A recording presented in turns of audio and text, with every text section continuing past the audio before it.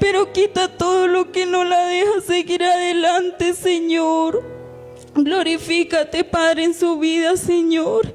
Padre, yo te pido por la hermana Laura, Padre.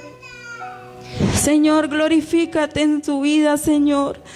Tú sabes por qué permite las cosas, Dios. Tú sabes por qué permite lo que ella está pasando ahora, Dios. Pero yo te pido, Señor, que te glorifiques de manera especial en su vida, Señor. Dale la fortaleza, Padre. Dale la fortaleza para que ella pueda sobrellevar, Señor, lo que está pasando, Dios. Señor, ayúdala, Señor, renueva sus fuerzas, Padre. Ayúdala, Padre Celestial, para que ella pueda seguir confiando en ti, Señor. Y tú nunca la has dejado, Dios. Tú nunca la has dejado. Tú siempre has estado ahí con ella, Padre. Hazle sentir, Señor, ese amor que tú tienes por ella, Padre. Ayúdala, Señor, para que ella se siga esforzando para agradarte, Padre mío. Señor, yo te pido por la hermana Ana, Padre mío. Tú sabes su corazón, tú conoces las luchas que ella tiene, Señor. Pero aún con todo, Señor, ella ha seguido, Padre. Ha seguido buscando de ti, ha seguido, Señor, con todas las luchas, Señor. Ayúdala, Padre. Apareja todo en su casa, Señor. Con su hija, Dios, toca el corazón de Anjuli, Padre mío. Glorifícate, Señor, en sus vidas, Señor. Muéstrale que tú eres el Rey de Reyes, Señor, y que tú tienes el control de ellas, Dios. A ti nada se te escapa, Señor. Y tú sabes por qué pasan los procesos, porque es necesario, porque hay cosas que tienes que sacar, hay cosas que tienes que dejar. Y la única manera es procesándolo. Si no hay proceso, no hay cambio. Es necesario los procesos. Es necesario ser procesados. Porque a través de los procesos viene un cambio real. Es en los procesos que son transformados. Es en el proceso donde hay cambio y transformación. Padre mío, yo te pido que nos ayudes, Señor. Glorifícate de manera especial, Padre mío. Ayúdanos, Señor, renueva nuestras fuerzas, Padre Santo. Ayúdanos porque a veces no queremos seguir, Señor. A veces se nos agotan las fuerzas, Dios, pero tú siempre estás ahí, Señor, para ayudarnos, para fortalecernos, Dios. Gracias, Señor. Gracias, Padre amado. Yo te pido también, Señor, por la hermana Natividad, Señor. Padre, glorifícate en su vida, Dios. Señor, ayúdala, levántala, Señor. Quita de ella todo lo que no te agrada, Padre mío, para que tú puedas hacer una obra perfecta en ella. Hay cosas que ella también tiene que dejar, Padre Celestial. Señor, ayúdanos, Señor, a ser más como tú. Toma más de nosotros y danos más de ti, Señor. Muéstranos, Señor, lo que no te agrada, Padre, y ayúdanos a cambiar, Señor, a ser diferentes, Señor. Danos discernimiento espiritual, Padre, para ver las cosas, Señor, como tú las ves, Señor. Aprender a mirar las cosas como tú las ves y no como las personas, Padre. Padre, te pedimos, Señor, en el nombre poderoso de Jesús, ponemos este tiempo de culto en tus manos, Señor, en el nombre de Jesús. Hermanos, vamos a ir a Isaías 41:10.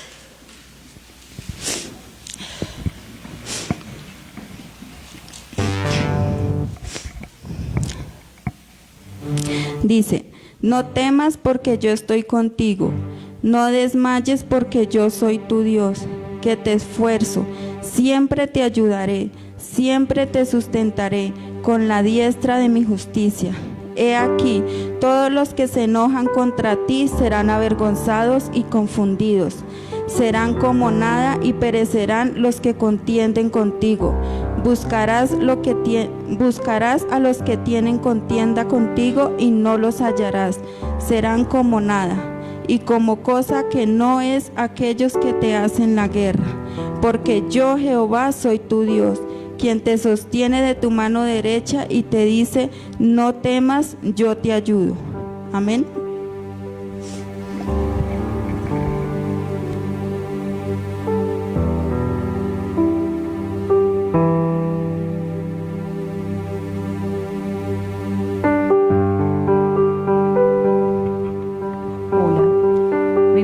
tardes para todos. El Señor les bendiga. Quiero que salga de su silla y salude a su hermano, a su hermana en Cristo Jesús. Vamos a saludarnos. Sean todos bienvenidos a este lugar. Aquellos que se están conectando en esta noche, el Señor les bendiga, el Señor les guarde. Esta es su casa. Aquí los estamos esperando para poderlos abrazar, para podernos saludar y poder adorar y exaltar el nombre del Señor. Gracias, Dios, gracias te damos. Tú eres poderoso, tú eres santo, eres digno de toda la gloria y de toda la honra. Sean todos bienvenidos a este lugar. Vamos a adorar con estos cánticos, vamos a prepararnos para recibir la palabra. Vamos a recibir todo del Señor porque Él ha sido bueno con nosotros. ¿Cuánto lo creen? Que Dios ha sido bueno con nosotros y ha sido fiel con nosotros. Padre, te damos gracias en esta noche, Señor, por tu gran poder y gloria que nos ha sanado, nos ha salvado, nos ha libertado, Señor. Gracias por poner tus ojos en cada uno de nosotros. Gracias por saciar nuestra vida y nuestros corazones. Gracias por darnos más de lo que imaginamos, Señor Dios mío. Gracias por perdonarnos y darnos fuerza y darnos valentía para seguir. Gracias por nuestras familias. Gracias por nuestros trabajos. Gracias por todo lo que has hecho y seguirás haciendo, bendito Dios. A ti te damos la gloria, te damos la honra y te damos el honor en el nombre poderoso de Cristo Jesús. Amén y amén. Denle un fuerte aplauso al Señor y vamos a adorarle y a exaltarle. Gracias, Señor. Gracias te damos. Y queremos gozarnos en tu presencia. Tú has traído libertad a nuestras vidas. Gracias, Señor. Tú eres fiel, Señor. Tú eres santo y poderoso.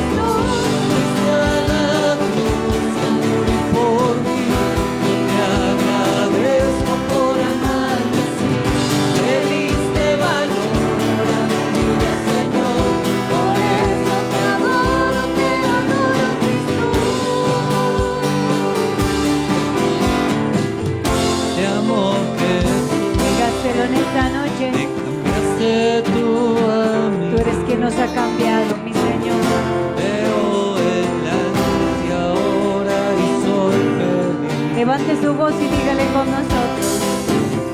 Te amo, Jesús, me cambiaste tú a mí. Veo el antes y ahora y soy feliz. Fuiste a la cruz, amor y por mí. Hoy te agradezco por amarme así. Me diste valor a mi vida, Señor.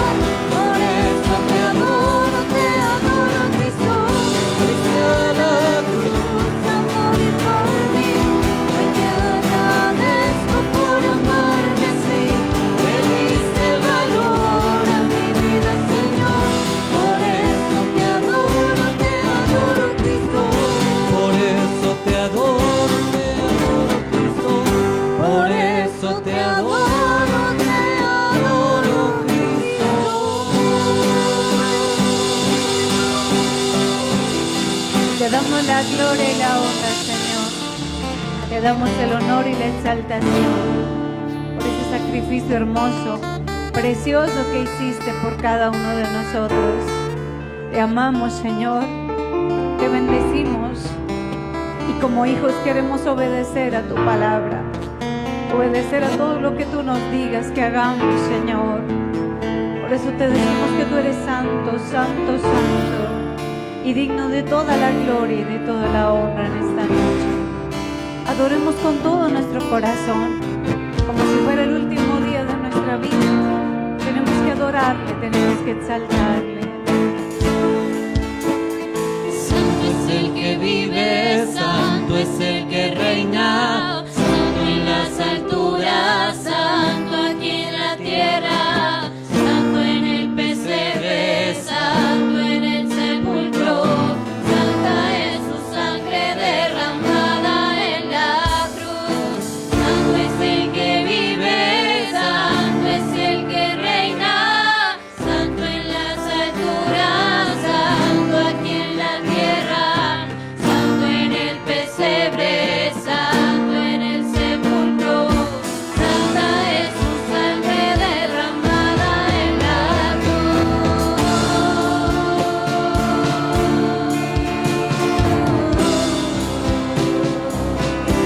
Tú eres hermoso, tú eres precioso, mi Señor. Queremos adorarte con todas nuestras fuerzas. Corrió su sangre por el madero, a él no lo mataron, se entregó primero. De tal manera amó Jesús, que entregó su vida en la cruz. No dijo nada, no abrió su boca, le hieren, le golpean, pero él perdona.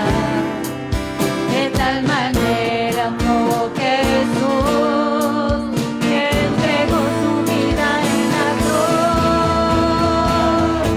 Santo es el que vive, santo es el que reina, santo en las alturas, santo aquí en la tierra, santo en el pesebre, santo en el sepulcro, santa es su sangre derramada en la cruz.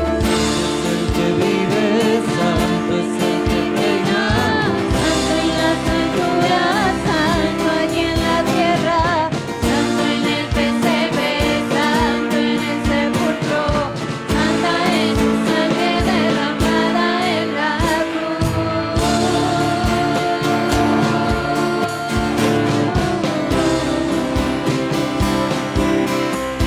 Te amamos, Señor. Te honramos y te bendecimos en esta noche. Corrió su sangre por el madero, a él no lo mataron, se entregó primero. De tal manera amó Jesús, que entregó su vida en la cruz. No dijo nada, no abrió su boca, le hieren, le golpean, pero él perdona.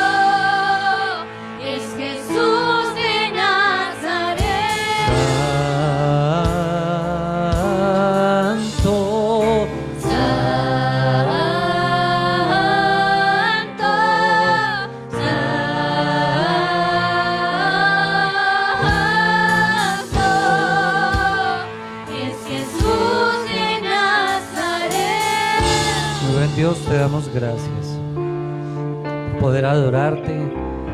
Señor, gracias por el privilegio que nos das de conocerte un poco más cada día. Gracias, Señor, porque eso nos lleva a amarte más. Mi buen Dios, te damos a ti toda la exaltación, te damos a ti toda la alabanza, porque tú eres bueno, porque tú eres grande, porque eres poderoso. Señor, te pedimos de una manera especial que seas tú interviniendo en nuestras vidas, que seas hablándonos, que seas ministrando en nuestros corazones, bendito Dios. Te damos a ti toda la alabanza y toda la gratitud. Bendito Dios, que mientras que tu palabra es expuesta, mi Señor bendito, hayan sanidades, ocurran milagros, Señor, porque tu poder es grande, Señor. Glorifícate de una manera especial, mi buen Dios, en el nombre de Jesucristo. Amén y amén. Denle un aplauso al Señor, mi hermano. Mis hermanos, buenas noches, Dios les bendiga.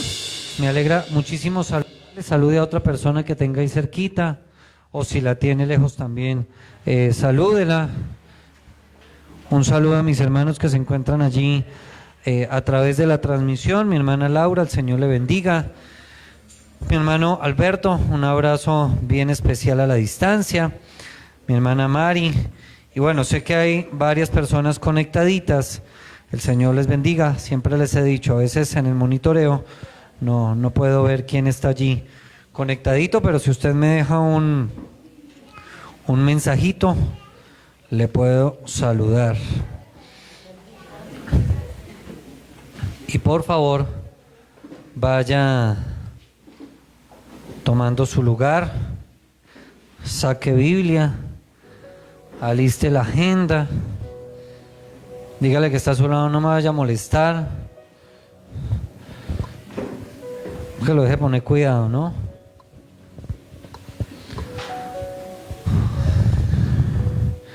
¿Se han detenido un momento a mirar su Biblia con respecto a los evangelios? Y no sé si a alguien en alguna ocasión le había pasado esto y que lo hizo juicioso, y es que usted arrancó desde Mateo, Marcos, Lucas, Juan, desde el capítulo 1, desde el versículo 1 de cada uno de esos evangelios, y que después de 1 año y medio ya se está acabando, y que usted hizo la tarea juicioso de leer uno por uno, versículo a versículo. Yo le dije hace bastante tiempo, hace año y medio, que usted fuera poniendo un chulito a cada versículo que vamos estudiando para que no se le vuele ninguno, y usted tiene, si lo hizo la tarea juicioso, puede decir, oiga, qué chévere, hice la tarea. No es que vaya esta noche, llegar allá y coja el esfero y chulíe todos los versículos. No, eso es trampa. Dígale al Señor, dígale que está a su lado, no vaya a hacer eso. Pero mi hermano, usted puede ver cada uno de esos versículos y cada una de esas cosas para poder entender. Pero mi hermano, esto es un trabajo bien especial. Esto es un trabajo que le toca a uno estudiar y meditar y volver a estudiar y leer y seguir estudiando y volver a leer. Mi hermano, para que usted pueda tener un mensaje bien especial, llenito de la presencia del Señor. Vamos a estudiar en esta continuidad de la serie de los evangelios. Le he titulado el mensaje Jesús en la cruz. Repítalo, por favor. ¿Jesús en dónde? Y le voy a dictar los textos, mi hermano Juvenal, que vino juicioso hoy a culto. Señor le bendiga. Contra todo esfuerzo humano se vino. Bueno, ahorita vamos a orar para que el Señor lo fortalezca. Mateo 27, desde el versículo 45 al 54. Vuelvo y le reitero, listo, póngame cuidado, ponga atención y lo verá que esto es una bendición enorme. Mateo 27, del versículo 45 al 54. El texto paralelo usted lo va a encontrar en Marcos, en el capítulo 15, del versículo 33 al 39. Marcos 15, del versículo 33 al 39.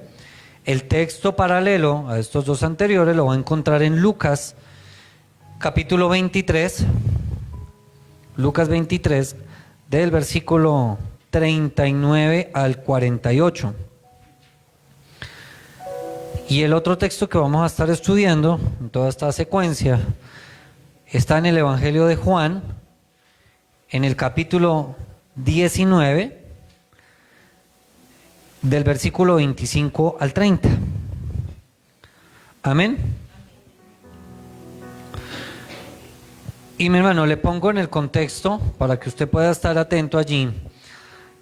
Y estudiábamos el domingo lo importante que es entender la cruz, que como creyentes, que como hijos de Dios, mi hermano Freddy, ¿me puede hacer un favor? Me ayuda aquí. Ya me vi aquí que no pude caminar para allá.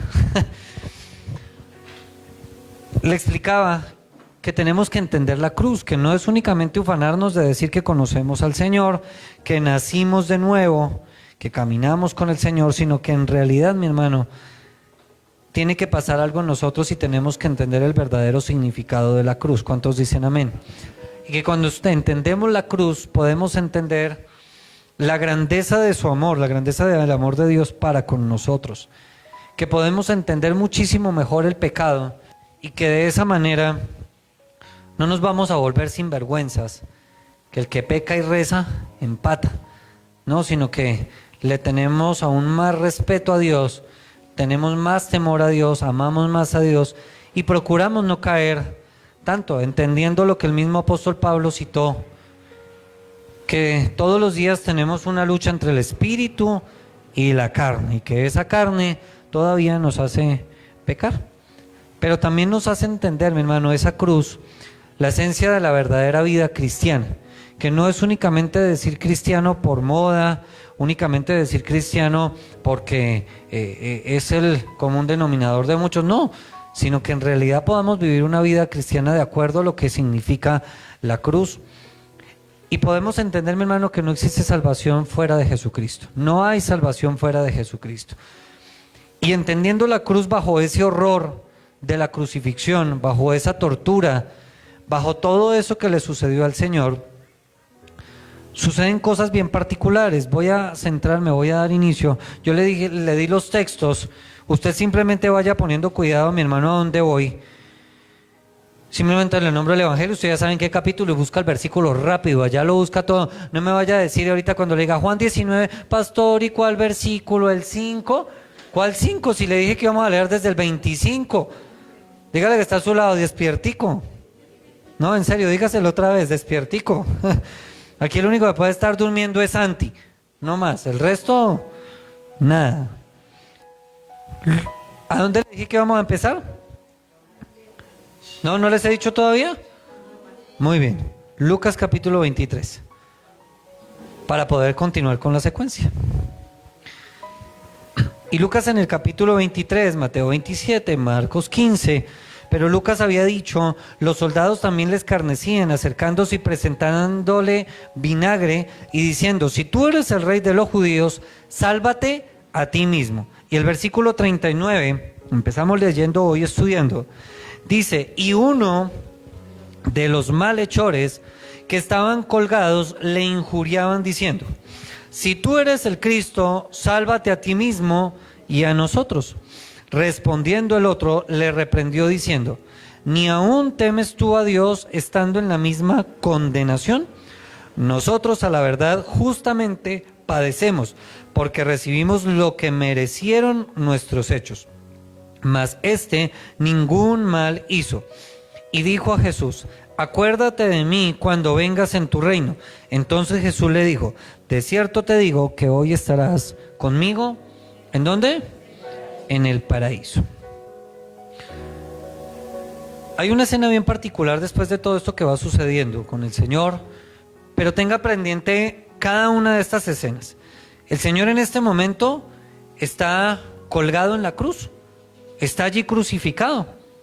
La Escritura, cuando nosotros veíamos con anterioridad y estudiábamos el domingo, que a él lo crucificaron muy temprano, sobre la hora tercera, decía la Escritura, recuerdan el pasaje que estudiamos, y fue bastante temprano. Cuando uno mira el horario que tenían los judíos en ese entonces, para que me lo pueda entender, la primera hora del día eran las 7 de la mañana. ¿La segunda cuál era? Pues las 8. Lógico, ¿sí o no? Ah, muy bien, ustedes están desbordando hoy de sabiduría. La tercera hora, entonces, ¿qué hora era? Excelente, muy bien. ¿A qué hora entonces crucificaron a Jesús? A las 9 de la mañana. Hermana Yurani, a alguien que me la ponga al día. Tengan en cuenta esto. Una cosa es que a veces confundimos los términos. Una cosa es la crucifixión. ¿Qué es la crucifixión? Que lo colgaron a la cruz y lo mantuvieron allí torturado después de haber caminado, después de todo ese tipo de cosas. ¿A qué horas empezó la crucifixión? Todo eso, 9 de la mañana. Pero de ahí hasta que muriera, pasaron horas. ¿Ve que es que a veces no leemos la Biblia y no entendemos?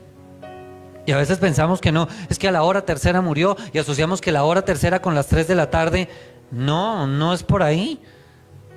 Ahora,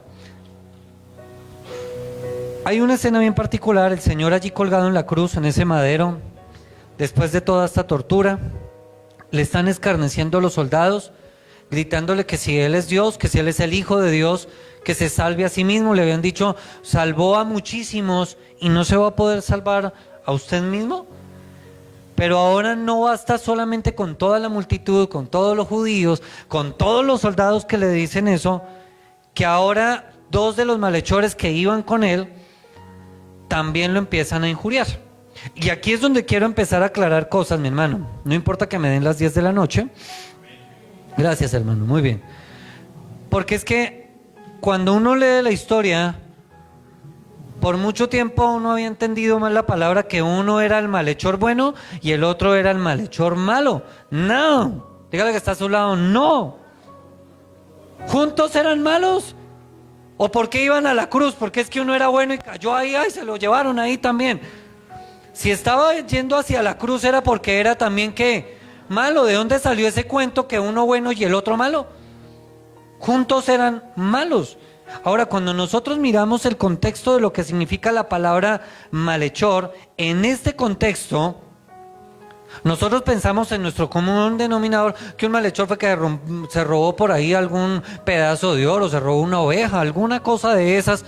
Pero no, en este contexto, de acuerdo a lo que dice Mateo, de acuerdo a lo que dice Marcos, no eran asaltantes ni eran bandidos, porque esa era una clase de malhechores. No, al griego que se refiere ese malhechores acá, era a personas que asesinaban y que quitaban la vida.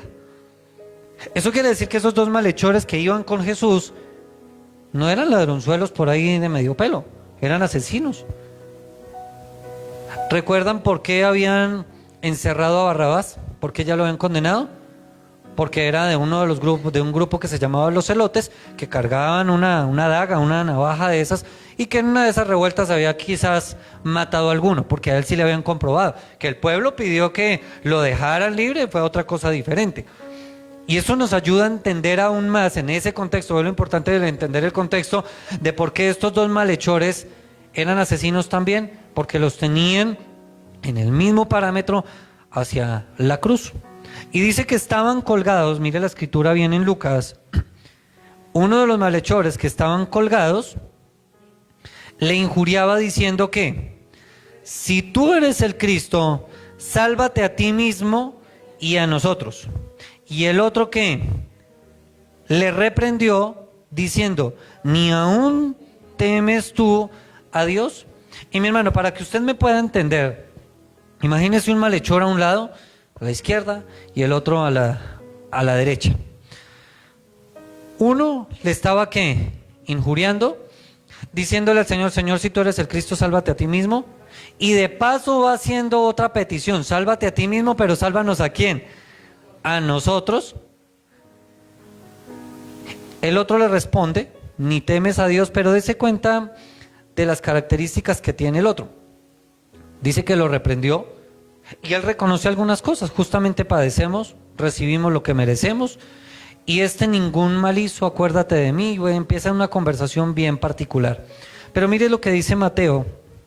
Un momento, por favor, capítulo 27, verso 44. Lo mismo le injuriaban también los ladrones que estaban ¿qué? Crucificados. Lo que pasa es que en el caso de Lucas hace referencia como si uno solamente estuviera injuriando ¿a quién? Al Señor Jesús. En el caso de Mateo nos deja una claridad mucho más precisa en el verso 44. ¿Y qué dice? Lo mismo, ahí no dice le injuriaba, hablando en singular, sino le injuriaban en plural, ¿cierto? O sea, se estaba refiriendo ¿a quién? A los ladrones, que en este caso él lo nombró de esa manera, pero ya vimos por el contexto qué tipo de maldad hacían. Estaban crucificados ¿con quién? Con él. Marcos capítulo 15, verso 32. También los que estaban crucificados con él, ¿qué más? Le injuriaban. El griego en Marcos ahí cambia la palabra y no dice injuriaban, sino le insultaban. A eso se estaba refiriendo. Pero mi hermano, dese cuenta del paralelo que hay entre los dos. Pero siga leyendo allí. Y dice, ¿ni aún tú temes a Dios estando en la misma condenación? Nosotros, a la verdad, justamente padecemos, estoy en Lucas, porque recibimos lo que merecieron nuestros hechos. Mas ningún mal hizo. Y es que él también estaba reconociendo una verdad que el gobernador Pilatos no había podido contradecir, porque el mismo Pilatos había dicho una y otra vez y con mucha insistencia, en este hombre no he hallado ningún delito. Él en ningún momento encontró ningún delito. Pues ahora uno de estos tampoco encontró nada contra él. Y hay una parte ahí bien particular. Y dice, y dijo a Jesús, acuérdate de mí cuando vengas en tu reino. Entonces Jesús le dijo, de cierto os digo, que hoy estarás conmigo. ¿En dónde? En el paraíso. Y cuando usted compara estos dos, uno terminó su charla burlándose de Jesús, blasfemando contra el Señor y de una vez generando una vez más una reacción que estaban generando todos, que era el rechazo. Pero por otro lado, usted se da cuenta que él estaba reconociendo cuál era su maldad. Pero mi hermano, eso no fue de buenas a primeras. Si lo tenían condenado y si lo estaban injuriando y él también lo estaba injuriando a la cruz, era porque no creía en el Señor, porque estaba blasfemando contra el Señor también. Pero hubo algo que cambió su vida y cambió su corazón en el último momento. Y él mismo reconoce y dice, es que ningún mal hizo. Quizás él estaba ahí cuando pidieron al Señor para crucificarlo y que el pueblo pidió que liberaran a Barrabás, y ellos quizás habían escuchado que a él lo estaban acusando porque era el rey de los judíos, pero que también Pilatos había dicho, en este hombre no he hallado mal alguno, no he encontrado ningún delito. Pero a mí me encanta ver lo que va pasando, y es lo que le pide al Señor Jesús. Uno le pidió, sálvate a ti mismo en forma de burla y sálvanos a nosotros. El otro le pidió, acuérdate de mí cuando vengas, ¿dónde? En tu reino. Él estaba reconociendo que ese rey de los judíos, como estaba allí en la inscripción, en verdad era un rey, el que en realidad lo iba a salvar. Y a mí me encanta ver la respuesta de Jesús. De cierto te digo, hoy estarás conmigo ¿en dónde? En el paraíso. Mi hermano, ¿cómo podemos aplicar y cómo podemos ver esto? Y es que a muchos les pasa lo de uno de ellos. Hoy en día están en la misma actitud de rechazo. Se la pasan injuriando al Señor, no quieren nada con Dios, no temen a Dios. Hoy en día estamos en medio de una generación que no le teme al Señor, y es muy triste y es muy lamentable. Hoy hablaba con mi esposa de cómo uno ve en los colegios muchas situaciones particulares. Y más aterrador aún me parece a mí que desde el mismo equipo docente en todos los colegios, porque esto no es en uno solo, no haya un control ni haya un freno ante tal situación. Y como para algún evento, semana cultural, póngale el título que quiera, Día de la Familia, lo que sea, ahora los profes ya no dirigen el baile, ya no dirigen la presentación, sino los dejan a veces solos que dirijan. y pueden estar haciendo el baile más gay, más homosexual y más amanerado que pueda existir, y les apoyan ese tipo de cosas. Y les avalan ese tipo de cosas. Y yo digo, un chico de 13 años en esa situación, un niño de 13 años, de 14 años en eso, ¿qué le espera a un chico de esos cuando no hay una identidad clara, cuando no estaba siendo afirmado en eso? Mi hermano, estamos en una generación que no le teme a Dios, no le interesa nada. Este último tiempo he escuchado a un par de vecinos que pasan aquí por el frente, no sé si serán vecinos o lo hacen a propósito cada vez que hay culto. En todo caso tienen el horario de cultos atento. Y pasan gritando ahí, no sé si lo escucharon ahorita, libre Palestina, viva Palestina.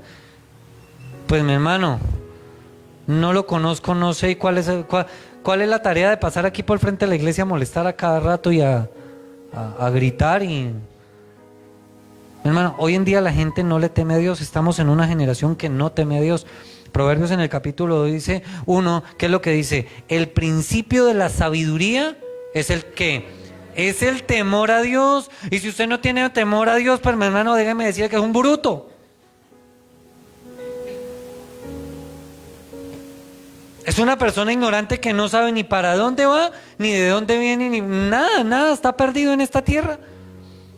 El principio de la sabiduría es que el temor a Dios. Y si estamos en una generación que no tiene temor a Dios, pues estamos en una generación sin un tricitico de sabiduría.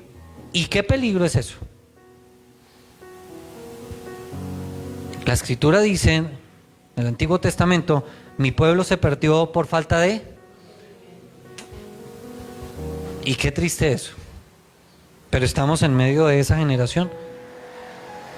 Pero por otro lado vemos a alguien que en un momento, en el último minuto, conoció a Jesús. Que en el último momento lo llamó porque eso fue lo que hizo. Pero que en el último minuto creyó en Jesús.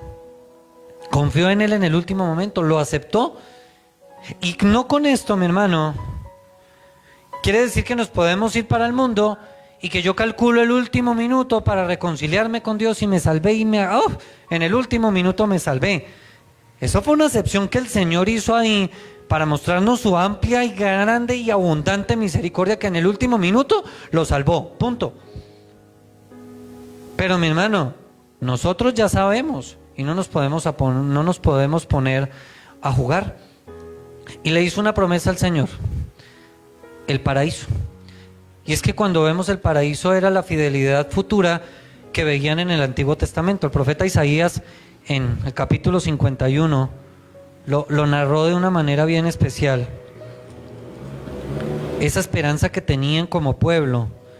Capítulo 51 en el verso 3.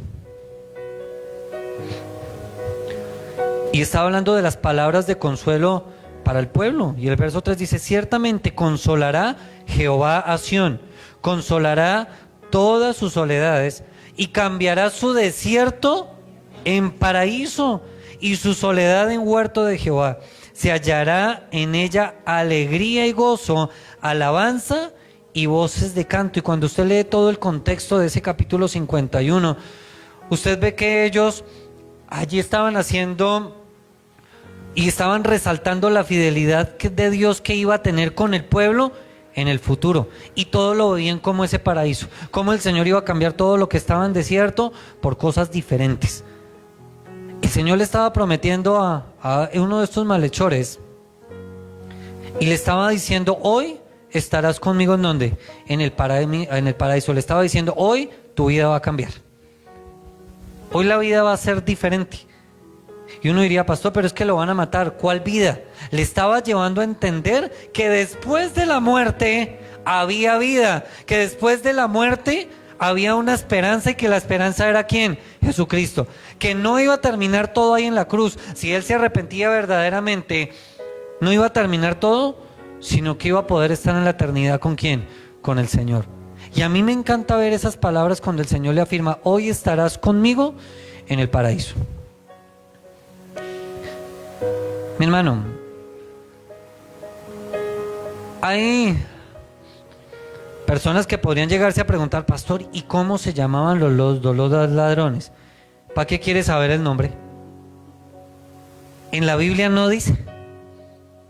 Por ningún lado. Simplemente era el de la izquierda y el de la derecha, no más. Ninguno. Ahí no dice el nombre de si era o no era o nada. Y dése cuenta de que pasó de burlarse a reconocerlo.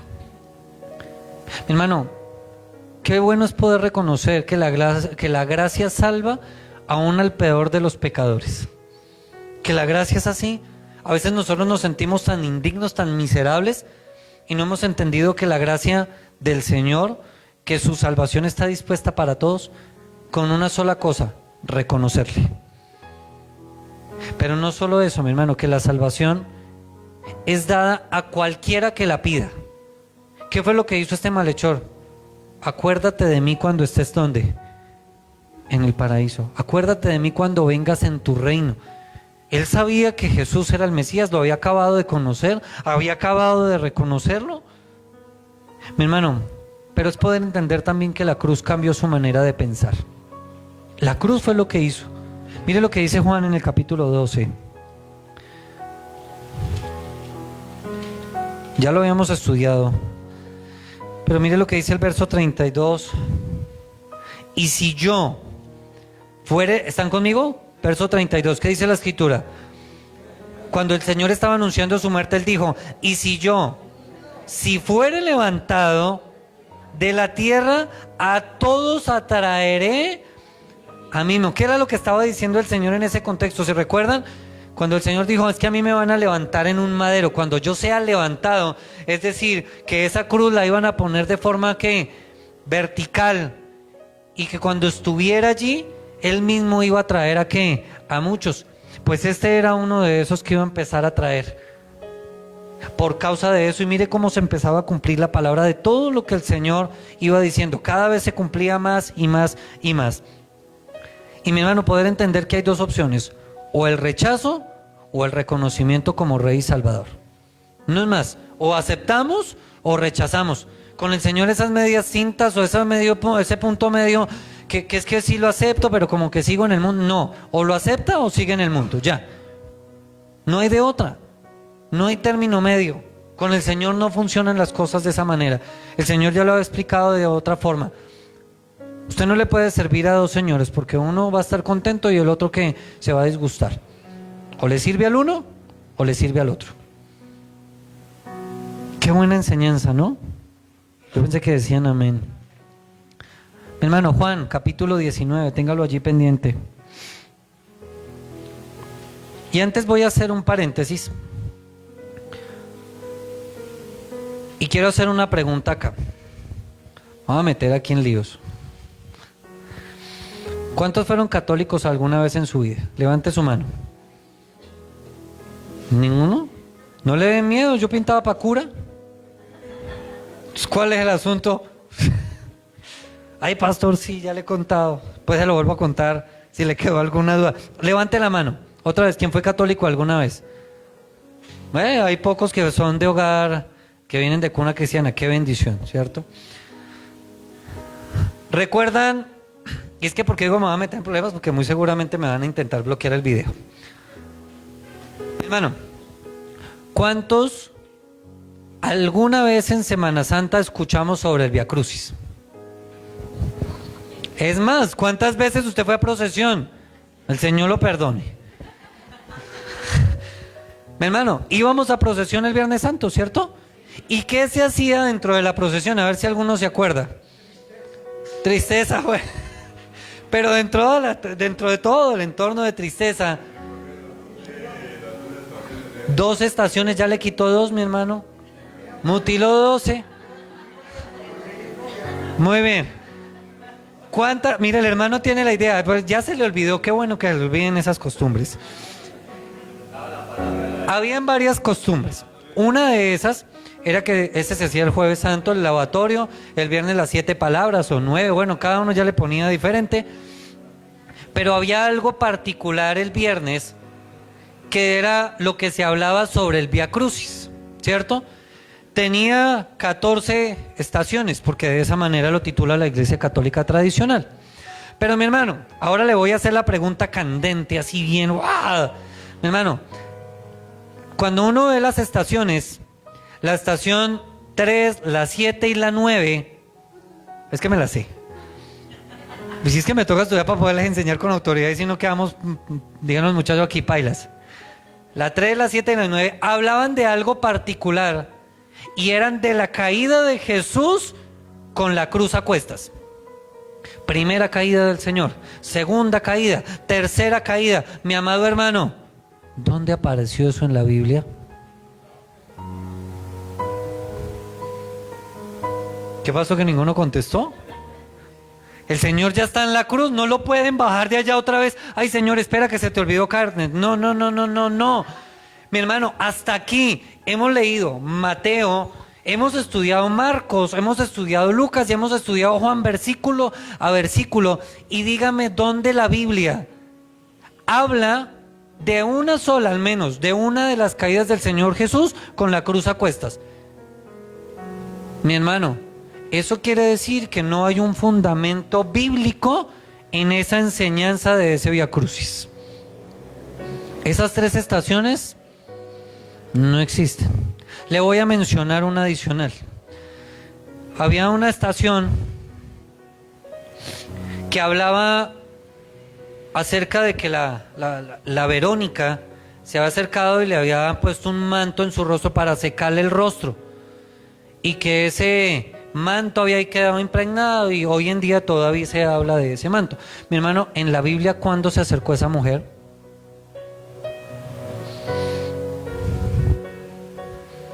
Qué bueno es poder estudiar la Biblia. Esas 4 estaciones no aparecen por ningún lado. El Señor fue camino cruz por todo el Calvario y allí fue crucificado.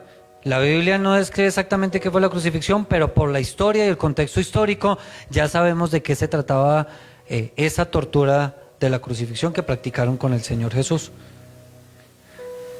Ahora, ¿por qué es importante todo esto, mi hermano? Para que aprendamos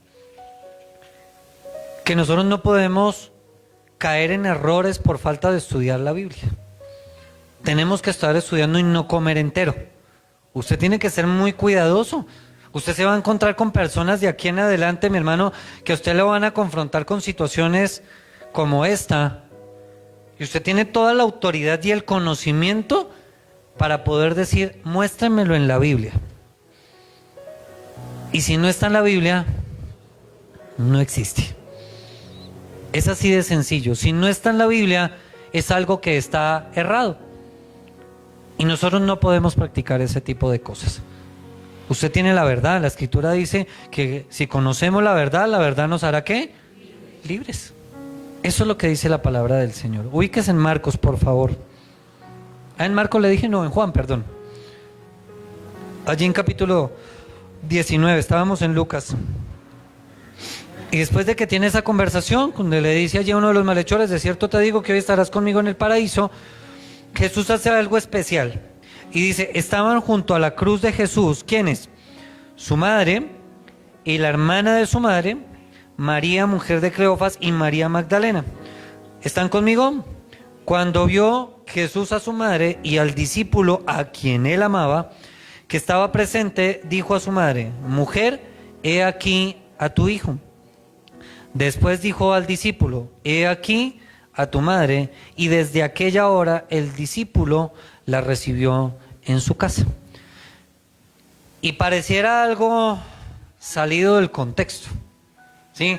Porque uno ve que viene toda la secuencia hablando de toda la tortura, de todo el maltrato, de toda la humillación, de todo el daño que le causaron a Jesús. El contexto viene hablando de que le estaban escarneciendo, que se estaban burlando, que aún los dos que estaban crucificando al lado le estaban injuriando, y que en una charla de esas el Señor le ofrece y le muestra su misericordia, diciéndole que hoy mismo estarás conmigo en el paraíso. Pero la historia parece cambiar de un momento a otro y pareciera como que se salió del contexto, y uno diría, pero venga, ¿qué tiene que ver la mamá, la tía, la otra señora ahí con todo este asunto? Como que algo sucedió aquí extraño. Mi hermano, Dios es tan bueno, y es que una vez más nos muestra su misericordia Y es que él, estando allí colgado en la cruz, no estaba preocupado por él. Estaba tan consciente, escúcheme bien, que él era preocupado por los demás. ¿Se acuerdan la noche que lo cogieron a él en el arresto ilegal? Aquí estoy, están buscando a Jesús de Nazaret, están buscando a Jesús el Nazareno, aquí estoy. A estos, dejad que, déjenlos ir. ¿Y a quién se estaba refiriendo? A los 11, estaba preocupado por ellos. A Pedro, cuando lo negó, y ya después que lo estaban azotando, porque la Escritura dice que Pedro estaba viendo de lejos, en ningún momento, cuando el Señor le confirmó que lo había negado, cantó el gallo, el Señor en ningún momento acusó a Pedro. ¿Qué dice la Escritura? Que lo miró. Simplemente lo miró. Pedro, acuérdese, con la sola mirada. Pero en ningún momento lo delató. ¿Lo había podido delatar? Claro que sí. En la multitud allí en medio de Barrabás, del Pilatos, todo eso, muy seguramente ellos estaban por ahí regados. Y en ningún momento a nadie acusó. Pero mi hermano, podemos ver ahora en escena a María. Y es que es ver el amor tan especial que tiene una madre por un hijo. Porque hasta el último momento ella lo acompañó. Mire lo ridículo que dicen muchos afuera, que nosotros como cristianos no apreciamos la Virgen, que no predicamos de la Virgen, que nosotros le damos palo a la Virgen, que por eso es que no vienen a la iglesia, porque pobre Marita y pobre... No. Mi hermano, es necesario reconocer eso, que esa madre tuvo que pasar con Jesús todo el tiempo y acompañarlo allí, y el dolor tan grande de ella al ver a su hijo crucificado, a ver a su hijo humillado, avergonzado, sufriendo, adolorido, sin fuerzas. Y es que esto hacía parte de lo que el Señor ya le había dicho. Lucas en el capítulo 2, en el verso 35, no lo lea. El Señor le había dicho, y una espada traspasará tu misma alma. Quizás ella en el momento no entendía porque le habían dicho, de ti va a salir el Salvador. Y ella estaría feliz y qué bendición, qué bueno lo que va a pasar conmigo. Y hágase en mí como tú quieras. Pero ella todavía no había entendido quizás a qué se estaba refiriendo esa espada que iba a traspasar su alma. Y eso nos lleva a entender, mi hermano, que nosotros como padres tenemos un amor especial por nuestros hijos. Siempre vamos a tener un amor especial por nuestros hijos. Sean berrinchudos, canzones, sean chéveres, siempre vamos a tener algo especial por ellos. Pero mi hermano, esa fue la enseñanza del Señor Jesús. Como hijo estaba preocupado ¿por quién? ¿Por su mamá? Estaba preocupado por María. ¿Y ahora qué va a pasar con ella? Porque él sabía, yo ya no voy a estar, yo muero hoy, en 3 días resucito y ya acá. Y ya les había dicho a los discípulos, porque se lo había dicho a ellos, no a María, que el Consolador vendría ¿qué? Sobre ellos.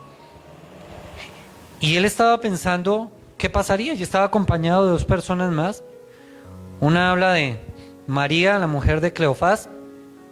En Marcos habla refiriéndose a la misma como Salomé, y en Mateo habla de la misma refiriéndose como a la madre de los hijos de Zebedeo. No es que sean 3 Marías diferentes, es la misma, lo que pasa es que cada uno se refirió de una forma distinta.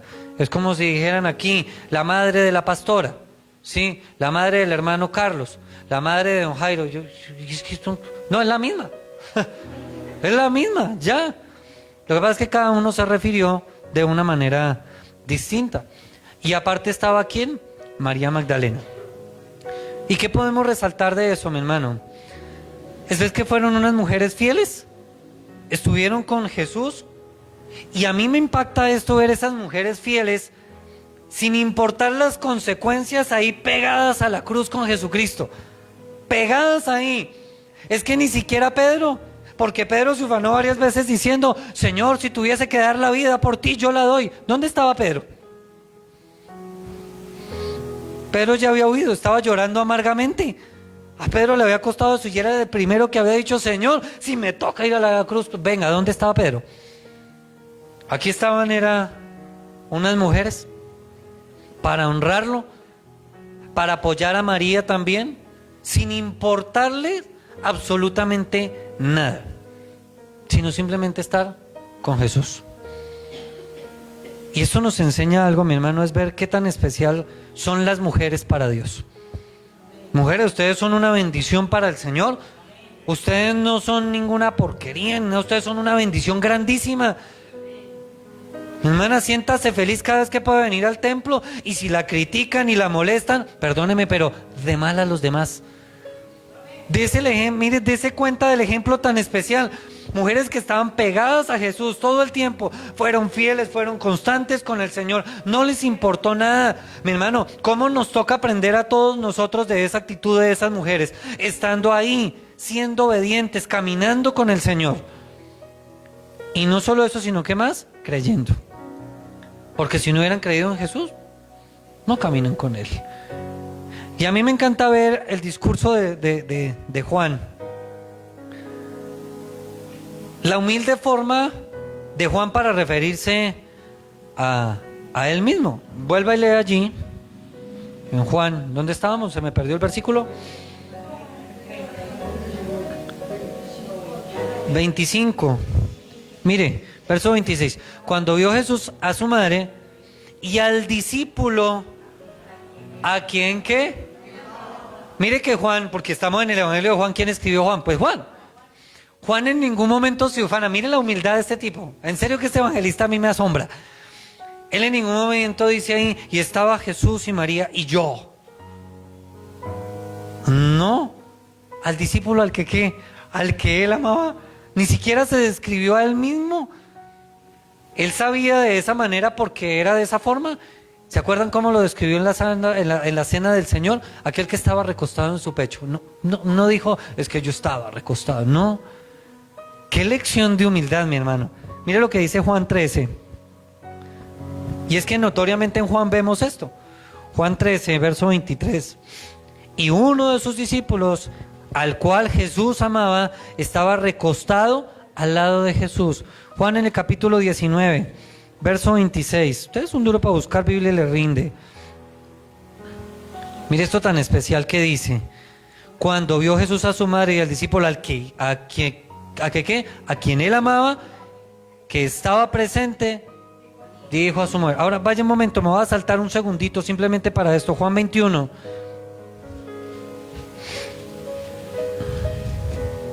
Verso 7. Entonces aquel discípulo a quien Jesús amaba, dijo ¿a quién? A Pedro, pare ahí nomás. Aquel discípulo a que ¿qué? Mire lo que dice el verso 20 de ese mismo capítulo. Volviéndose Pedro, vio que le seguía el discípulo a quien amaba Jesús. Pero a mí me encanta ver esa lección de humildad, que él en ningún momento se llegó a ufanar. Es que yo sí estuve con Jesús. Ahora, muchos dicen que el único discípulo que estuvo con Jesús hasta la cruz fue Juan. Eso no es real. Porque cuando miramos el contexto, cuando arrestaron a Jesús, ¿qué fue lo que pasó con todos los discípulos? Huyeron, todos, no se quedó. Todos se fueron. ¿Qué fue lo que sucedió? Que en todo ese trasegar de que lo cogieron, de todo esto, y que ya llegó a la cruz, pues Juan muy seguramente lo que hizo fue acercarse al Señor y ver, ya ahora sí en verdad lo crucificaron, aquí ya no hay nada que hacer. Señor, si por ti toca hacer algo más, aquí estoy. Y es ver el carácter de humildad que tenía él. Y es que él mismo había visto todo eso. Mire Juan 19, en el versículo 35. Me voy a saltar algunas cositas, pero es para que me entienda el carácter de Juan. Y el que lo vio da testimonio, y su testimonio es que verdadero. Y el que sabe que dice verdad, para que vosotros también. Hay otra versión que dice, él vio todo esto con sus propios ojos. Uy, qué especial poder experimentar eso, ¿no? Ahora, Jesús conscientemente lo que hizo fue cuidar de su madre. Conscientemente, mi hermano, se estaba refiriendo el Señor Jesús a estas mujeres con respeto. Y mire que se refirió especialmente a su madre. Hay muchos dicen que la trató mal y que mujer. No, es que ese término mujer era un término de respeto. Mujer, hombre, es como si nosotros en este tiempo dijéramos sí señor o no señor, que de hecho en los chicos y en muchos se ha perdido. Le pregunta a uno esto que es así o no. Sí señor o no señor. Digan amén. Pensé que iban a decir amén o sí señor o alguna cosa, pero tampoco. Mis hermanos, enséñele a sus hijos a contestar bonito. Sí señor, no señor. ¡Yujú! Le digo yo, le decía a mi hija pequeñita, me amor, las palabras mágicas. El por favor, sí señor, no señor, disculpe. Pero hoy en día, digan ayayay. Mi hermano, y aquí vi cuando le dice Juan, he aquí a tu madre. El Señor Jesús no tuvo que decirle más a Juan porque ya lo conocía. Era suficiente para decirle, ahí está tu madre, Juan, cuídala, no más. Y que todo lo que yo les he enseñado, se lo tienes que transmitir. Tienes que acompañarla, no más. Y Juan y María, mire lo que especial, obedecieron la orden de Jesús, porque dice la Escritura, verso 27, y desde aquella hora, el discípulo la recibió, ¿qué? En su casa. Y podríamos llegar a pensar en algunas cosas bien particulares. ¿Por qué el Señor Jesús no tuvo en cuenta a sus hermanos? Ay, pastor, ¿tenía hermanos? Pues claro, ya los había nombrado anteriormente. ¿Tenía medio hermanos por allá? ¿Se acuerdan la ocasión que buscaron a Jesús? Y llegaron, dice que llegó María, llegaron todos y lo fueron a sacar porque le estaban acusando. No, este está como loco, mejor llevémonoslo para la casa antes de que lo acaben aquí a piedra. Y el Señor Jesús, ¿con qué autoridad dice? Es que los que verdaderamente son mis hermanos son los que hacen la voluntad de mi Padre. Pero tenía hermanos. ¿Y por qué quizás no lo hizo de esa manera? Porque conocía quién era su discípulo. Porque conocía qué le había enseñado a Juan, qué había aprendido Juan. ¿Qué enseñanza nos deja esto, mi hermano? Es que nosotros tenemos que honrar a nuestros padres.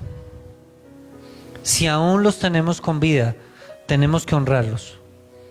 Entienda algo, mi amado hermano, y escúcheme bien lo que le voy a enseñar. Si usted es un miserable con sus padres, de lo que uno siembra, uno recoge.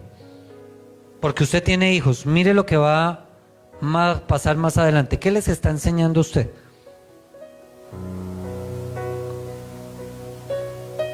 Se acabaron los amenes. Y mire que el Señor Jesús está dando el ejemplo acá.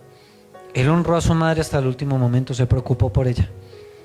Juan, ahí está la mamá, cuídela. Qué especial eso, mi hermano. Pero a veces ni una llamada. Y con esto no le estoy diciendo que usted tiene que vivir en la casa de sus papás. No, usted ya hizo su ranchito aparte, ya se casó y se fue. Y bien la cosa, me parece excelente. Y es que ese es el derecho de las cosas.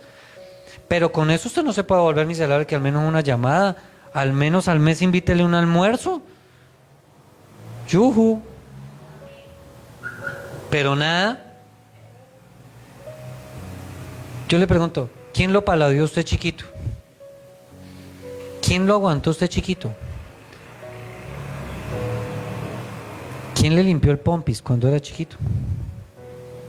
Ay, pastor, no se ponga así.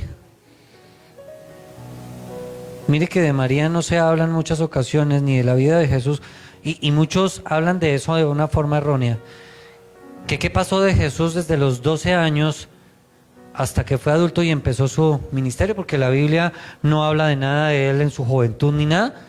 Pues muy seguramente María fue la que lo instruyó, la que lo llevaba al templo, la que lo acompañaba a la sinagoga, la que estaba ahí con él todo el tiempo. Y a Jesús no se le olvidó lo que ella hizo por él.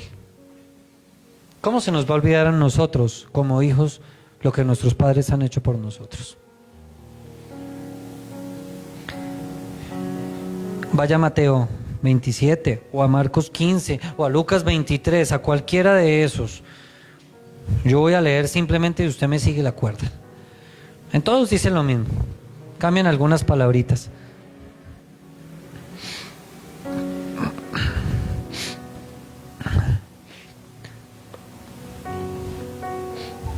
¿Están allí? Y desde la hora sexta hubo tinieblas sobre toda la tierra hasta la hora novena. Cerca de la hora novena, Jesús clamó a gran voz diciendo: Elí, Elí, lama sabactani. Esto es: Dios mío, ¿por qué me has desamparado?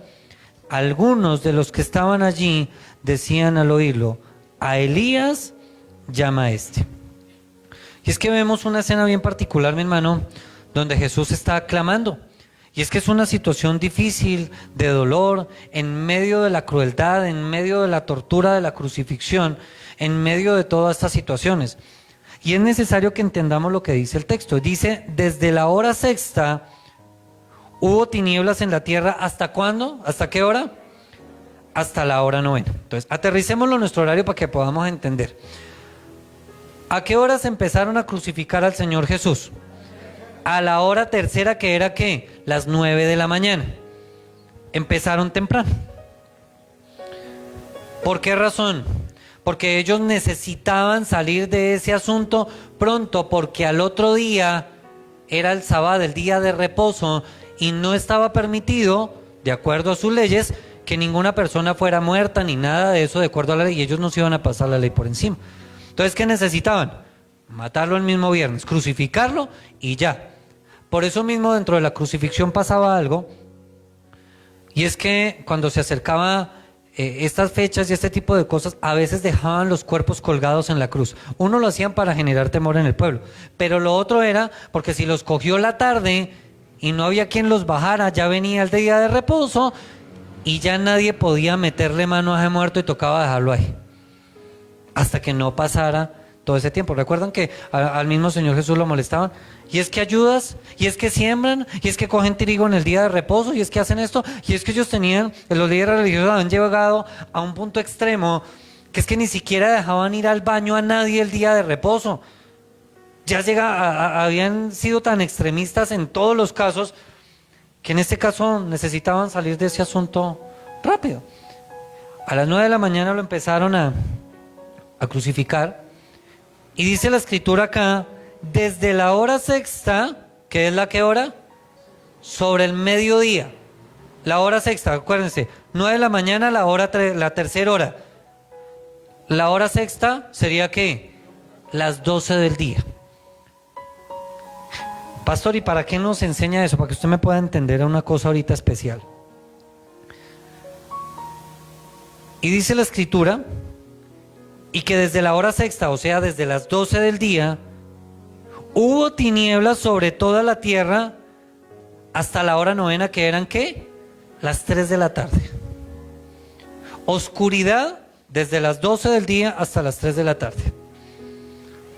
Y era una oscuridad sobrenatural. ¿Y por qué se lo enseño de esta manera? Porque hay personas que en su tarea de desvirtuar lo que enseña la Biblia, científicos y filósofos y aún teólogos, aluden que esa oscuridad fue un eclipse y que no tuvo nada que ver con que en realidad fue ocasionado de parte de Dios por todo lo que estaba pasando con Jesús. Ahora, era imposible que a las 12 del día pudiese oscurecerse, porque estaba en pleno mediodía. Imagínense la hora donde no hay ni sombra, es la cantidad de sol más grande.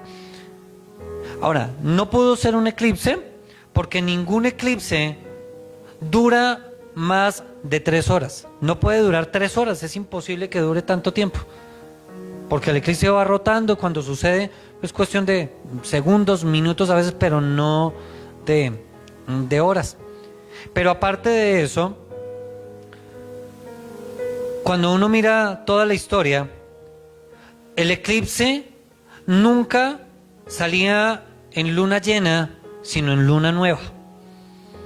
Y en ese momento estaban en luna llena. Por ningún lado había posibilidad de ningún eclipse. Ahora, ustedes dirán: pastor, ¿y entonces por qué el Señor permitió que todo se oscureciera por ese tiempo? Para eso tendríamos que ir al Antiguo Testamento. Vaya a Éxodo capítulo 10. Un momento, por favor, para que usted me entienda. Éxodo en el capítulo 10.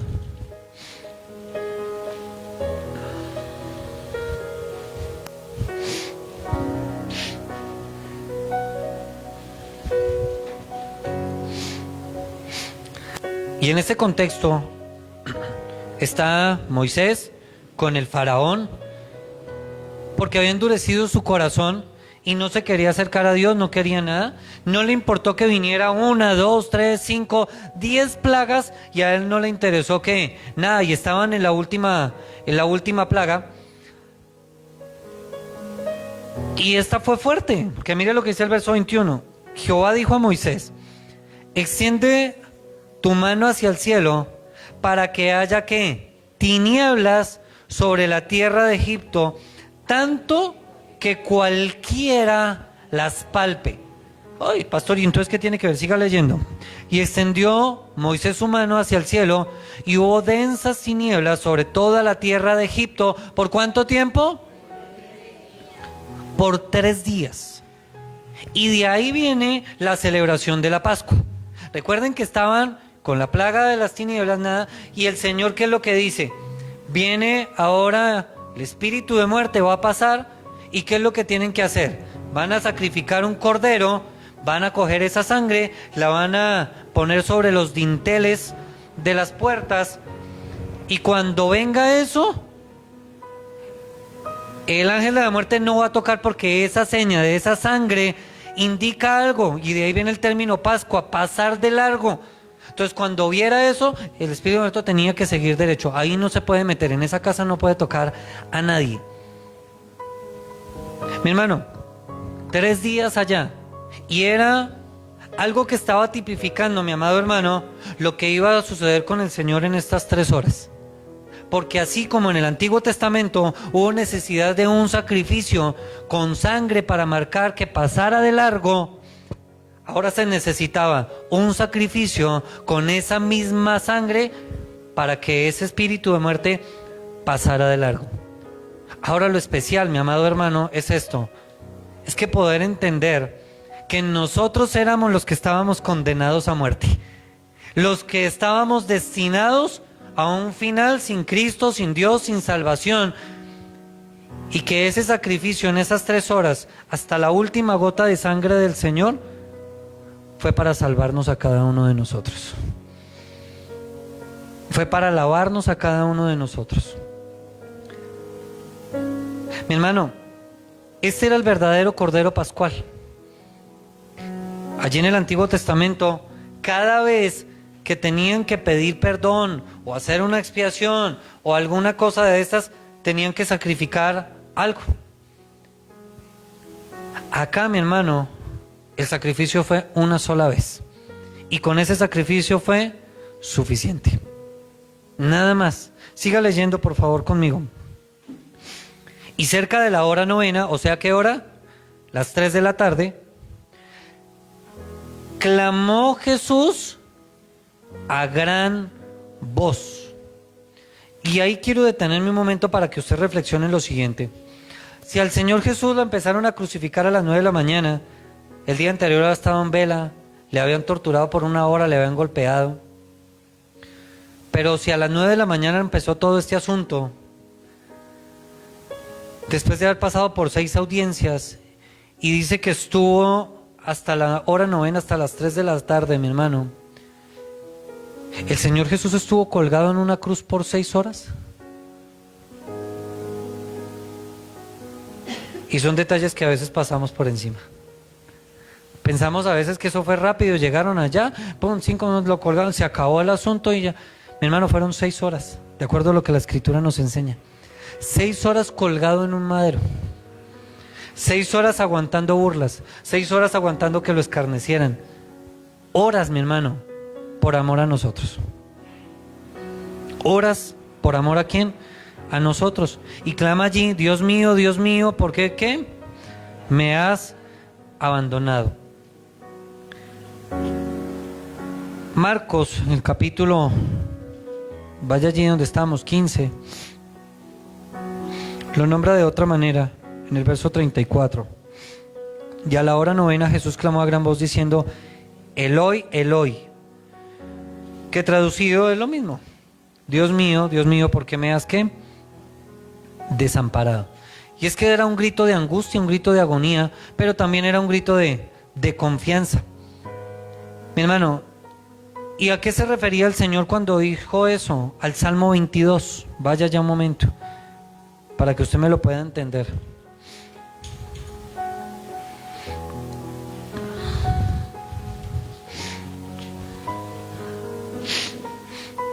¿Está allí? ¿Qué dice?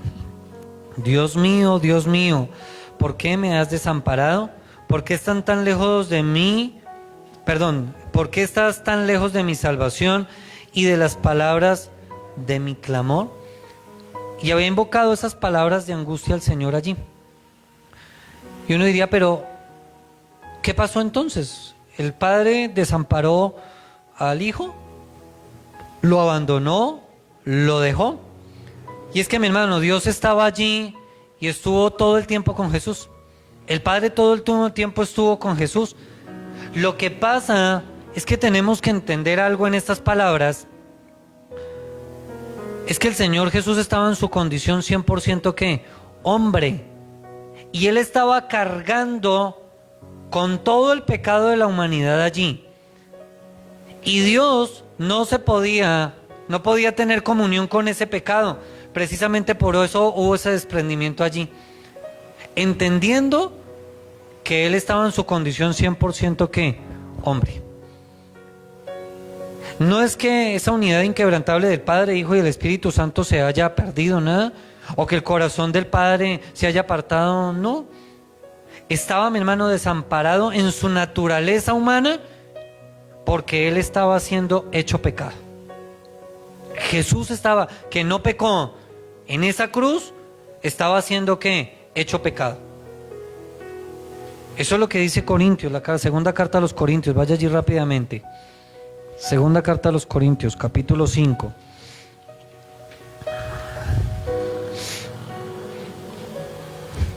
Verso 21. Al que no conoció pecado, por nosotros lo hizo pecado, para que nosotros fuésemos hecho justicia de Dios en él. Mi hermano, y es la única vez donde el Señor Jesús se refiere al Padre como Dios. En toda la Biblia, en todos los evangelios, siempre el Señor Jesús se refería ¿a qué? Al Padre. Hagan la voluntad del Padre, sigamos al Padre. Siempre se refirió. Pero este es el único versículo en todo el Nuevo Testamento que Jesús se refiere al Padre como Dios, no como el Padre, porque estaba en su condición ¿qué? De humanidad. Y uno diría, pastor, qué curioso sonaría esto. Y es que era Dios desamparando a Dios. Porque Jesús es Dios. Y sonaría bien paradójico, Dios desamparando a Dios. Mire todo lo que hizo el Señor Jesús simplemente por nosotros. Fue el sustituto de todos nosotros en todo nuestro pecado. Verso 35 de Marcos, vaya allí rápidamente, no se pierda.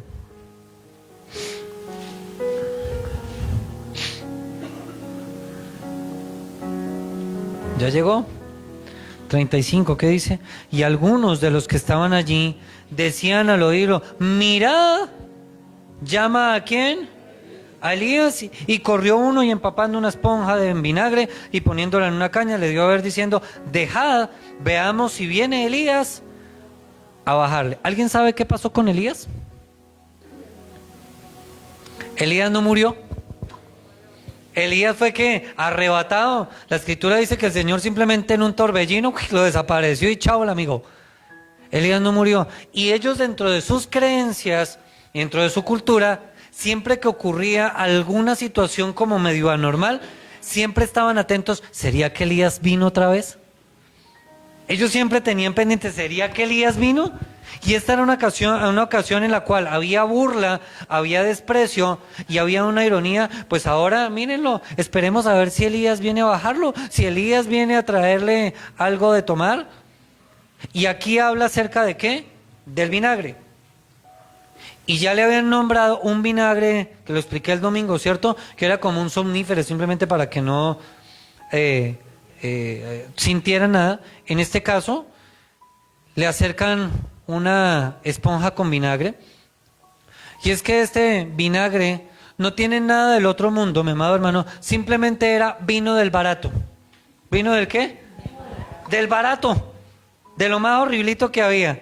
Pero es que ese vino tenía una cosa particular, y es que lo utilizaban los soldados como bebida refrescante, porque el sol y el clima era muy fuerte. Y por lo que era tan baratico y eso, pues estaba al alcance de sus recursos, y pues muy seguramente lo cargaban todo el tiempo. Entonces simplemente le estaban alcanzando algo para poderlo refrescar, porque ya entendían que llevaban mucho tiempo, y ya. Porque el mismo Señor había dicho que tengo sed. Pero mi hermano, para que no nos armemos doctrinas raras, simplemente era que vino del barato. Eso fue lo que le alcanzaron a Jesús. Imagínense de lo que le daban a un soldado, lo que un soldado podía comprar ahí como para medio beber, como para medio subsistir. Mire, siga leyendo, verso 37. Mas Jesús, dando una gran voz, ¿qué dice? Expiró. Mateo dice que entregó su espíritu. Marcos dice que expiró. Lucas en el versículo 23, en el capítulo 23, verso 46, dice que expiró. Y Juan dice algo bien especial: consumado es. Padre, en tus manos encomiendo mi espíritu. ¡Guau! ¡Qué especial eso! Y es donde podemos entender una verdad, que al Señor Jesús no lo mataron. Al Señor Jesús lo torturaron, al Señor Jesús lo crucificaron, al Señor hicieron lo que quisieron con él, lo escarnecieron, todo eso, pero nadie puede decir que lo mataron, que lo mató. Él dio su vida, él entregó su vida, y fue de una manera voluntaria. A nuestro Salvador, mis amados hermanos, no lo mataron. Él entregó su vida. Mire lo que dice Juan en el capítulo 10. Juan en el capítulo 10. Verso 17. Les estaba enseñando algo a los discípulos. Por eso me ama el Padre, porque yo pongo mi vida para volverla, ¿qué? ¿Quién estaba entregando su vida de manera voluntaria? El Señor Jesús. Pero él sabía y les estaba enseñando en ese contexto de que yo entrego mi vida, la voy a dar voluntariamente, pero yo soy Dios y yo volveré a ¿qué? A tomarla. Mire lo que sigue diciendo, verso 18. Nadie me la quita. ¿Usted se imagina si a Jesús lo hubieran matado? ¿Dónde había quedado este texto de lo que les había enseñado a los discípulos? De lo que les había enseñado a la multitud, de lo que les había enseñado una y otra vez. ¿A dónde había quedado eso? Dice, nadie me la quita, sino que yo de mí mismo la pongo. Tengo poder para ponerla y tengo poder para volverla a tomar. Este mandamiento recibí ¿de qué? Ay, mi hermano, qué especial. A él no lo mataron, él entregó su vida. Él entregó su vida, a él no lo mataron. Vuelva a Marcos otra vez. Versículo 38. 15:38. Y ahora ocurren algunas cosas especiales. Y diga, y son sucesos. Dice el 38, entonces el velo del templo se rasgó en dos, de arriba abajo, y el centurión que estaba enfrente a él, viendo que después de clamar había expirado, así dijo, verdaderamente este hombre era hijo de Dios. Pero vaya Mateo, por favor, porque Mateo aporta algo más de lo que pasó, que a veces uno no le pone cuidado. Mateo 27. ¿Está allí? Verso 51. Y he aquí, el velo del templo se rasgó en dos, de arriba abajo, y la tierra tembló, y las rocas se partieron, y se abrieron los sepulcros, y muchos cuerpos de santos que habían dormido se levantaron. Y saliendo de los sepulcros, después de la resurrección de él, vinieron a la santa ciudad y aparecieron a muchos. El centurión y los que estaban con él guardando a Jesús, visto el terremoto y las cosas que habían sido hechas, temieron en gran manera y dijeron: verdaderamente, este es el Hijo de ¿quién? Era el Hijo de Dios. El velo, mi hermano, para que usted me pueda entender, estaba ubicado en el templo y era lo que separaba el lugar santo del lugar santísimo. Al lugar santísimo solamente podía entrar el sumo sacerdote y lo hacía una vez al año. Solamente una vez al año. Y tenía que hacer muchos sacrificios. Cada año para la fiesta de la Pascua podía entrar allí, hacía sacrificios y otra vez sacrificios, siempre hacía sacrificios para el perdón de los pecados. Pero dice la Escritura que ese velo que se rasgó, y ahí tenemos que desvirtuar una cosa, y es dejar de pensar en el velo que tenemos en la sala de la casa. Porque a veces pensamos el velo y asociamos, ay, el velo de la casa, y uno piensa, pues es que estuvo fácil. ¿Sí o no? Cualquiera lo ha podido rasgar o una cosa de esas. Ese velo, según la historia, ni siquiera amarrando dos caballos, dos a este lado y amarrando el velo a la mitad y que los dos caballos jalaran, y estoy hablando en el contexto de caballos, haga de cuenta esos percherones hoy en día acá, aunque eran más grandes allá, jalando dos para allá, dos para acá, no rasgaban el velo, no lo rasgaban. Para que me pueda entender, ese velo medía 18 metros de alto y tenía un espesor de 10 centímetros. ¿Cuántos son 10 centímetros? De grueso. Ahora sí me entendió por qué le dije que no era el velo de su casa. 18 metros. Y fue rasgado de arriba a abajo. Eso tiene su explicación, mi hermano. Uno, se rasgó totalmente de esa manera para que entendieran que y pudieran entender lo que el Señor les había dicho ya, que ese velo iba a ser rasgado, pero para que no le fueran a atribuir eso a alguno que hubiera dicho, no, es que eso fue alguno que fue y cortó un pedacito de velo allá y ya, se rasgó. No, nadie más podía hacerlo sino el poder del Señor. Y solamente, mi hermano, estaba indicando algo. Para ellos en su contexto era sacrilegio. Alguien que se metiera con las cosas del templo, siendo tan religioso, y más con el templo que separaba el lugar santo del lugar santísimo, donde no tenía acceso sino el sumo sacerdote, eso era el sacrilegio más grande, era el horror más terrible.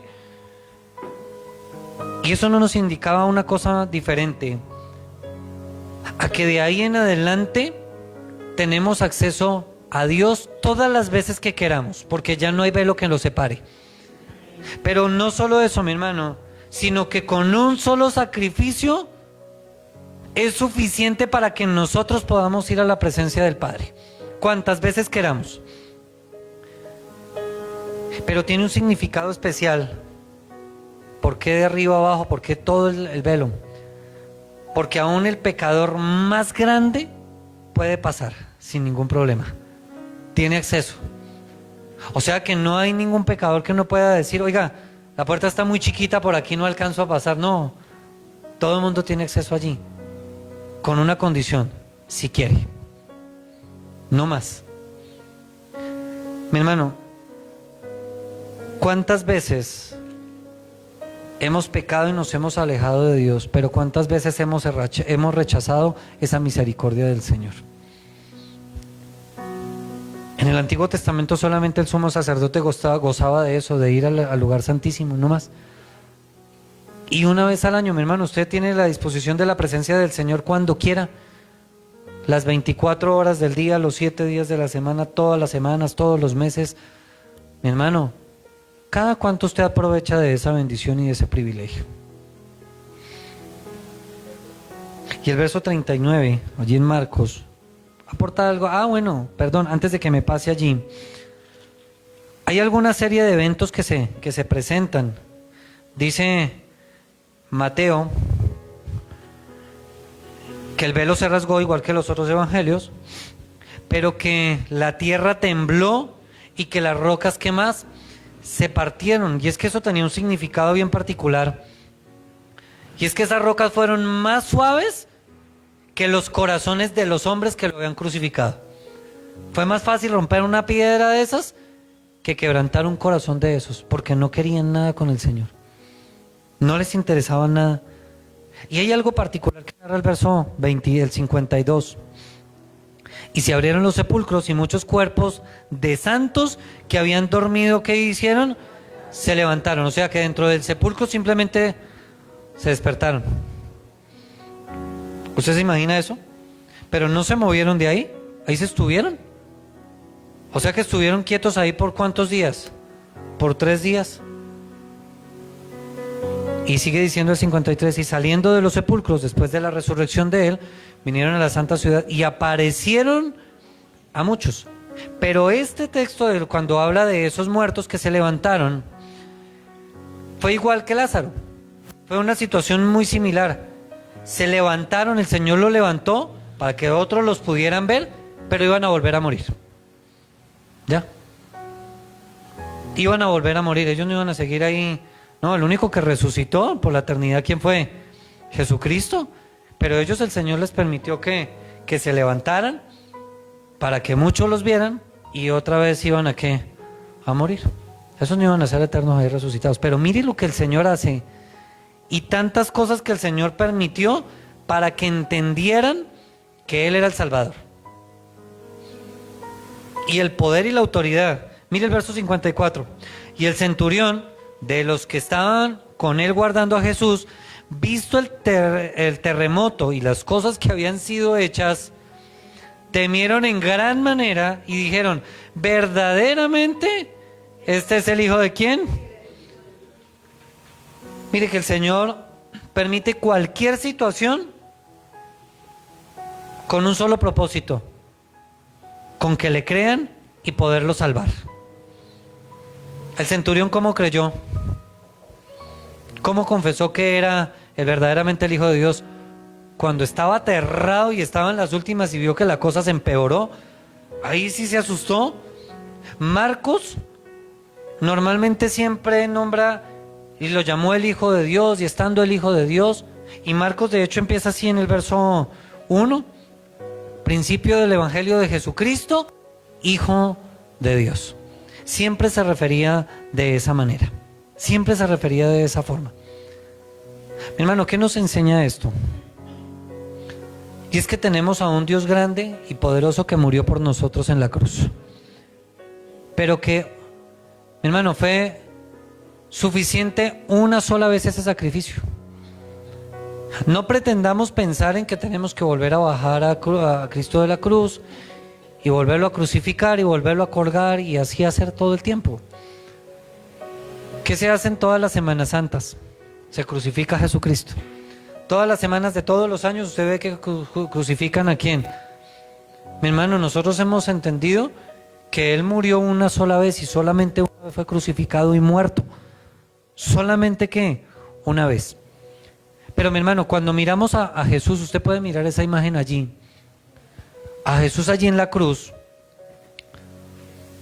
Eso nos lleva a entender algo, mi hermano, es que Dios no toma el pecado a la ligera. Que con Dios no se juega y que con el pecado no se juega, mi amado hermano. El Señor Jesús tuvo que pagar un precio muy alto, demasiado alto, para cargar todo el pecado de nosotros y toda nuestra inmundicia y todo lo malo que somos nosotros, con un solo propósito, y fue salvarnos a nosotros. Como para que nosotros, mi amado hermano, lo rechacemos y sigamos en las mismas día tras día. Terrible eso. Pero mi hermano, es poder entender también cuando miramos a esa cruz la naturaleza de Dios. Que tenemos que entender la cruz, que tenemos que entender la ira de Dios. La ira de Dios fue por el pecado, por la maldad, por el rechazo. Mi hermano, nosotros no podemos pretender que Dios es solamente amor. La Escritura, mi hermano, nos enseña que el Señor no tiene ningún tipo de comunión con el pecado, que el Señor, mi hermano, es un Dios justo, mi hermano, y que no puede tener ningún tipo de comunión con el pecador. Jesús no pecó, pero fue hecho pecado, y por un momento esa comunión no pudo estar, porque fue hecho ¿qué? Pecado. Esto nos ayuda, mi amado hermano, a entender todo su amor sobre nosotros, que es tan grande, y poder llegar a entender, mi hermano, que fuimos comprados a precio de sangre. Usted no se pertenece a usted mismo. Usted no se pertenece ¿qué? A usted mismo. Usted no puede hacer lo que quiera. Usted le pertenece a Jesucristo, porque Él fue el que murió por usted en la cruz. Usted no fue el que fue a la cruz, usted no fue el que lo crucificaron y que después resucitó y ya me salvé por mi cuenta propia, por mis propios méritos. No, mi hermano, somos por los méritos ¿de quién? De Jesucristo. Nada más. Pertenecemos a Cristo. Y mi hermano, y que no puede definitivamente y sin lugar a dudas, no puede haber salvación fuera de Jesucristo. No puede haber por ningún lado. Mi hermano, ¿a qué nos lleva esto? A poder entender lo que hizo Jesús por nosotros en la cruz. Que Él no estaba jugando. Cuando usted mira el Antiguo Testamento, el sumo sacerdote entraba al lugar santísimo y ocurría el perdón y la expiación por el sacrificio que se hacía allí. Y ese sacrificio era una y otra vez. Cada año podía ir y hacer sacrificios. Mi hermano, ¿qué nos enseña esto? Que los únicos méritos acá y el único sacrificio es el de Jesucristo. Sus méritos no valen nada. No es por sus méritos, no es porque llene la canasta de amor. De vez en cuando es bueno que traiga algo, pero no es por eso. No es porque usted se crea el más bonito de todos. Porque de pronto usted se llena de religiosidad y todo ese tipo de cosas. No, no son por sus méritos. Es porque Jesús murió por nosotros en la cruz. No es por nuestros propios sacrificios. ¿Qué es que yo voy a hacer? ¿Qué es que...? No, mi hermano. No funciona. Y eso nos tiene que llevar indiscutiblemente, mi hermano, a tener cada vez más una vida en santidad. Una vida agradable ante el Señor. Porque cuando yo entiendo la cruz y entiendo cómo murió el Señor Jesús y entiendo que a Él no lo mataron, sino que Él fue el que entregó su vida por amor a mí, uy, mi hermano, eso me tiene que cambiar a mí la vida. Porque el que murió por mí en la cruz no fue cualquiera, y lo que aguantó Él no fue cualquier bobada. Como para que nosotros andemos felices por la vida, felices por el mundo, sin que nada nos pase. Dígale que está a su lado, con el pecado no se juega. Mi hermano, nosotros no podemos estar llevando unas vidas tibias. O somos sí o no. O caminamos con el Señor o no caminamos con el Señor. No hay de otra, mi amado hermano. Póngase de pie, por favor.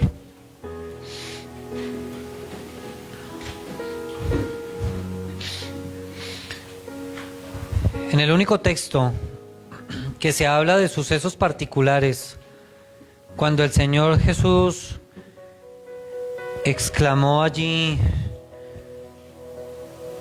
y expiró y dijo: consumado es, ya dijo que la tarea estaba hecha y entrego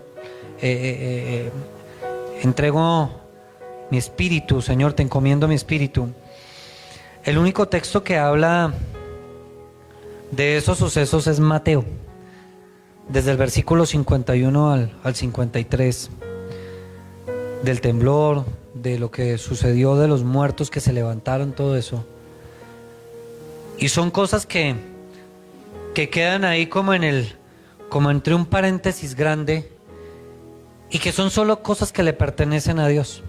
Si el Señor hubiese querido dejar preciso allí quiénes fueron los que se levantaron, pues el Señor en su perfecta misericordia pues permite que quede quiénes fueron los que se levantaron. ¿Qué fue lo que hicieron? ¿A quiénes se le aparecieron? ¿Cómo fue? No, el Señor simplemente permitió a través de Mateo esta situación. Mire el privilegio que le dio Mateo. Pero en la Biblia no se habla más de eso. Entonces, mi hermano, si el Señor no habla más de eso, pues usted tampoco indague más de eso, porque no va a encontrar nada. El Señor es bueno y el Señor se reserva cosas. El Señor se reserva cosas. Y eso nos ayuda a entender que Él es soberano. Y que Él hace como quiere. Y que Él decide como quiere. Pero sí nos enseña algo de ese texto.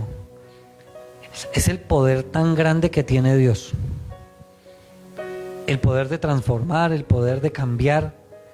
Pero mi hermano, que cuando el Señor necesita disciplinar y necesita emitir juicio, y aun cuando el Señor necesita castigar, pues Él es el soberano para hacerlo. Y cuando hablamos de esas palabras de juicio, de trato, de castigo, como que no nos gustan. Porque nosotros queremos que Dios sea solo paz y amor y misericordia y bondad y el paraíso y el Edén y cosas bonitas y bendiciones pero mi hermano, nosotros mismos nos buscamos nuestros males cuando no obedecemos, cuando no hacemos las cosas bien. Los dos al lado de la cruz, los dos malhechores, cada uno tomó su decisión. Aunque los dos lo juzgaron, aunque los dos lo criticaron, uno de ellos en el último minuto decidió que su vida cambiara.